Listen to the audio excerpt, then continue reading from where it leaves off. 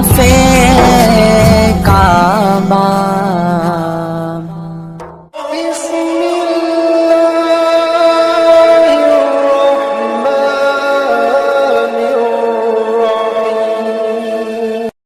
हजरत उमर के जमाने में इस्लामी हुदूद 23 लाख मुरब्बा मील तक फैल गई हैं। मावराउ नहर का इलाका भी फतह हो गया, उधर आर्मीनिया तक पहुंचे। ये थोड़े से अरसे के अंदर अजीमतों की कैसी दास्तां रकम की। इकबाल तड़प के कहते हैं, दिए जाने कभी यूरोप के कलीसाओं में, कभी अफ्रीका के तपते हुए सहराओं में, दश्तो दश्त दरिया भी न छोड़े हमने, बहरे जुल्मात में दौड़ा दिए घोड़े हमने। हुक्मरान तो वो थे लोगों की दहलीज पे अमन देने वाले, लोगों की चौखट पे जो है वो नूर बांटने वाले। हजरत उमर दिन को तख्ते हुकूमत पे बैठते थे और उनका तख्त को सोने जबरजद का नहीं था, मस्जिद नबवी की चटाई थी और सारा दिन वहां बैठ के लोगों की बातें सुनते। और जब रात के अंधेरे गहरे होते, उमर भेष बदल के मदीने की गलियों का गश्त करते। कहा, तुम्हारे घर से धुआं निकल रहा है और बच्चे रो रहे हैं, उनको खाना क्यों नहीं देती? कहने लगी, उमर की जान को रो रही। उमर के पांव तले से जमीन निकल गई। कहा, क्या हुआ? कहा, 3 दिन से हमारे यहां खाने के लिए कुछ नहीं है। रोजाना बच्चे रोते हैं और मैं हंडिया के अंदर पत्थर डाल करके नीचे से आग डालती रहती हूं कि बच्चे इंतजार कर करके सो जाएंगे। कम वक्त सो भी नहीं रहे और वो पत्थर पकेंगे भी क्या, और मैं उमर की जान को रो रही हूं।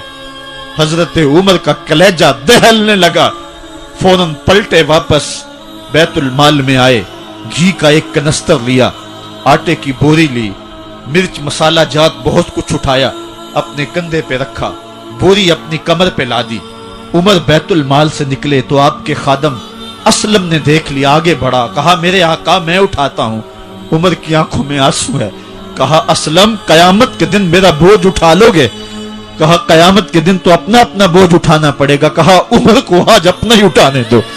हजरत उमर वो घी का कनस्तर और वो आटे की बोरी सर पे उठाए हैं और उस खातून के घर जाते हैं और दस्तक देते हैं। वो जब देखती है उसकी जान में जान आ जाती है। कहा, जल्दी जल्दी आटा गूंदो, और उमर सब्जी काटने लग जाते हैं। हजरत उमर रदी अल्लाह ताला अन्हो सब्जी तैयार कर देते, उधर आटा गुंद जाता है और फिर ऊपर चूल्हा रखा जाता है, चूल्हे के अंदर आग रखी जाती है, वो खाना पकाने लगती है, आग बुझती है। तारीख ने लिखा है, आग बुझने लगती है, उमर झुक करके फूंके मारता है। उमर झुक झुक के फूंके मारता है।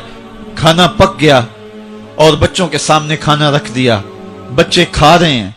अब बच्चे रो रो के निढाल हो चुके थे। हजरत उमर अपने हाथों को और अपने घुटनों को और अपने पांव को जमीन पे लगा के, जिस तरह बकरी का बच्चा चलता है वेड़े के अंदर, कभी इधर चलते हैं कभी इधर चलते हैं, ताकि बच्चे मुझे देख के खुश हों और दिल में कहते, उमर जितना रुलाया है अब इतना हंसाना भी पड़ेगा। तो कभी उमर अमीरुल मोमिनीन, ये मैं किसी आज के जो है वो लोगों के वोटों पे मुंतखब होने वाले हुक्मरान की कहानी नहीं सुना रहा, मैं उस उमर की कहानी सुना रहा हूं जो 23 लाख मुरब्बा मील का हुक्मरान है, आधी दुनिया का बादशाह है।